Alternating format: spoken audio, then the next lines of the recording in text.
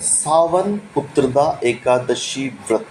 हिंदू धर्म में एकादशी व्रत भगवान विष्णु को समर्पित है। एकादशी का व्रत करने से मनुष्य को शुभ फलों की प्राप्ति होती है। सावन पुत्रा एकादशी व्रत 16 अगस्त 2024 को है। यहाँ श्रावण पुत्रदा एकादशी व्रत की कथा हम आपको बताएंगे, जो कुछ इस प्रकार है। एकादशी के महात्म्य का आनंद लेते हुए धनुर्धर अर्जुन ने कहा, है प्रभु, ये कल्याणकारी और महापुण्यदायी कथा सुनकर मेरे आनंद की सीमा नहीं है और मेरी जिज्ञासा बढ़ती जा रही है।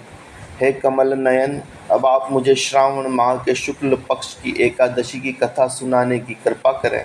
इस एकादशी का नाम क्या है तथा इसके व्रत का विधान क्या है? इसमें किस देवता का पूजन किया जाता है और इसका व्रत करने से किस फल की प्राप्ति होती है? श्री कृष्ण ने कहा, है धनुर्धर अर्जुन, श्रावण माह के शुक्ल पक्ष की एकादशी की कथा के श्रवण मात्र ही अनंत यज्ञ का फल प्राप्त होता है। हे पार्थ, द्वापर युग के आरंभ में ही महिष्मति नाम की एक नगरी थी। उस नगरी में महाजीत नाम का एक राजा राज्य करता था। वह पुत्रहीन था, इसीलिए वह सदा दुखी रहता था। उसे वह हर राज्य सुख वैभव बड़ा ही कष्टदायक प्रतीत होता था, क्योंकि पुत्र के बिना मनुष्य को इहलोक और परलोक दोनों में सुख प्राप्त नहीं होता। राजा ने पुत्र प्राप्ति के बहुत उपाय किए, किंतु उसका हर उपाय निष्फल रहा। जैसे जैसे राजा महाजीत वृद्ध अवस्था की ओर बढ़ता जा रहा था, वैसे वैसे ही उसकी चिंता भी बढ़ती जा रही थी। एक दिन राजा ने अपनी सभा को संबोधित करके कहा, न तो मैंने अपने जीवन में कोई पाप किया है, न ही अन्याय पूर्वक प्रजा से धन एकत्रित किया है, न ही कभी प्रजा को कष्ट दिया और न ही कभी देवताओं और ब्राह्मणों का निरादर किया। मैंने प्रजा का सदैव अपने पुत्र की तरह पालन किया है, कभी किसी से ईर्ष्या का भाव नहीं रखा, सभी को एक समान समझा। मेरे राज्य में कानून भी ऐसे नहीं जो प्रजा को अनावश्यक डर उत्पन्न करें। इस प्रकार धर्मयुक्त राज्य करने पर भी मैं इस समय अत्यंत कष्ट पा रहा हूँ। इसका क्या कारण है? मेरी समझ में कुछ नहीं आ रहा। आप इस पर विचार करें कि इसका क्या कारण है और क्या जीवन में इस कष्ट से मैं मुक्त हो पाऊंगा। राजा के इस कष्ट के निवारण के लिए मंत्री आदि वन को गए, ताकि वहां जाकर किसी ऋषि मुनि को राजा का दुख बताकर कोई समाधान पा सके। वन में जाकर उन्होंने श्रेष्ठ ऋषियों मुनियों के दर्शन किए। उस वन में वयोवृद्ध और धर्म के गाता महर्षि लोमेश भी रहा करते थे। वे सभी जन महर्षि लोमेश के पास गए।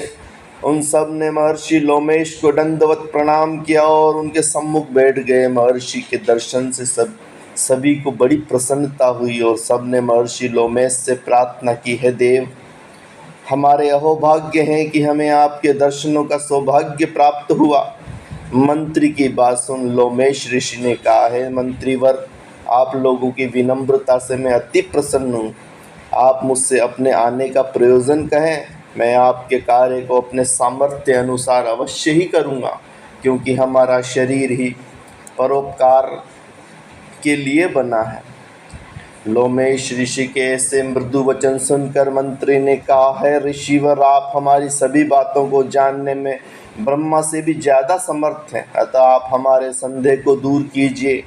महिष्मति नाम की नगरी के हमारे महाराज महाजीत बड़े ही धर्मात्मा और प्रजावत्सल हैं। वह प्रजा का पुत्र की तरह धर्म अनुसार पालन करते हैं, किंतु फिर भी वे पुत्रहीन हैं। महामुनि, इससे वह अत्यंत दुखी रहते हैं। हम लोग उनकी प्रजा हैं, हम भी उनके दुख से दुखी हो रहे हैं, क्योंकि प्रजा का कर्तव्य है कि राजा के सुख में सुख माने और दुख में दुख माने। हमें उनके पुत्रहीन होने का अभी तक कारण ज्ञात नहीं हुआ है, इसीलिए हम आपके पास आए हैं। अब आपके दर्शन करके हमको पूर्ण विश्वास है कि हमारा दुख अवश्य ही दूर हो जाएगा, क्योंकि महान पुरुषों के दर्शन मात्र से ही प्रत्येक कार्य की सिद्धि हो जाती है। अतः आप हमें बताने की कृपा करें कि किस विधान से हमारे महाराज पुत्रवान हो सकते हैं। हे ऋषिवर, यह आपका हम पर व हमारे राज्य की प्रजा पर बड़ा ही उपकार होगा। ऐसी करुण प्रार्थना सुनकर लोमेश ऋषि नेत्र बंद करके राजा के पूर्व जन्म पर विचार करने लगे। कुछ पल के बाद उन्होंने विचार करके कहा, है भद्रजनों, यह राजा पिछले जन्म में अत्यंत उद्दंड था तथा बुरे कर्म किया करता था। उस जन्म में यह एक गांव से दूसरे गांव में घूमा करता था। एक बार ज्येष्ठ माह के शुक्ल पक्ष की एकादशी के दिन की बात है। यह 2 दिन से भूखा था। दोपहर के समय एक जलाशय पर जल पीने गया। उस स्थान पर उस समय एक गाय जल पी रही थी। राजा ने उसको प्यासी ही भगा दिया और स्वयं जल पीने लगा।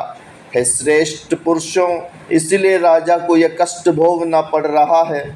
एकादशी के दिन भूखा रहने का फल यह हुआ कि इस जन्म में यह राजा है और प्यासी गाय को जलाशय से भगाने के कारण पुत्रहीन है।